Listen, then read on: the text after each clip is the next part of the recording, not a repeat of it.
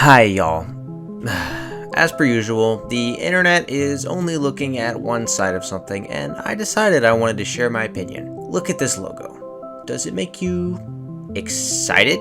Maybe it makes you think of corporate greed, but either way, you probably already know that the Switch 2's major news points are new games, new performance, new price. So previously, all of Nintendo's main titles minus this one were capped at $60. Now, the internet was kind of on fire for a while over the fact that those games have been bumped up by $20. I mean, honestly, we poor gamers have been through so much already, and now they want us to pay even more? Games are so expensive already anyways. Another sign of the twisted world we live in. I mean, just 10 years ago, these games were... Wait. In 1984, a team of 7 developers began work on a game called Super Mario Bros., which they finished in 1985. This game, along with most of the games on the NES, would run you about $25 to $50 depending on the game. In today's money, that's paying 150 big ones for an 8-bit side-scroller that doesn't even have save data. Roll a couple decades to 2005, the same time Shadow of the Colossus released.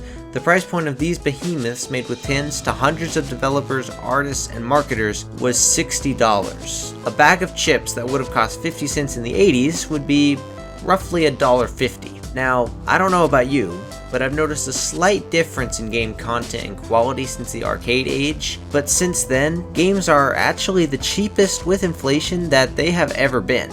We can't say the same about development costs. Spider-Man 2 cost $315 million to make, and even though it's been lucky enough to be in the green, 70% of AAA games can't make that statement. So, most games by big developers are flops. That's clear. Let's be honest though, a lot of these games are just, well, they aren't that good. We as a community have been complaining for years about the slop being churned out of the big machines. Man, I wonder why these games are so bad. It's almost like if developers had more money, they could spend more time on their games to make better games. We as players want to buy good games, and corporations want our money. It's meant to be a mutual relationship, and I personally am absolutely willing to spend more for a more stable gaming economy. Plus, in-app purchasing kind of stomps paid games anyways. It is kind of weird though. Although I firmly believe that this is a good and necessary step for the industry, it's pretty weird to me that Nintendo was the company to make that step. PC usually copies consoles, and both Xbox and PlayStation have much less casual fan bases than Nintendo. The average family that buys a Switch isn't like me, and it probably isn't like you either. They buy a Switch to play Mario Kart and Mario Party together, and they don't care about visuals or frame rates or any of that nerdy junk that we care about. These families with kids, the biggest fan base by size, are probably not the people closing out the pre-orders, or the people sleeping in front of a GameStop. They are the most likely to be turned off by the increased prices, and in fact are pretty likely to be turned off by the base Switch 2 price alone. If Xbox or PlayStation had done this exact same thing, it would probably be smoother sailing. The hardcore fans are much more willing to spend their cash on something that they are really passionate about.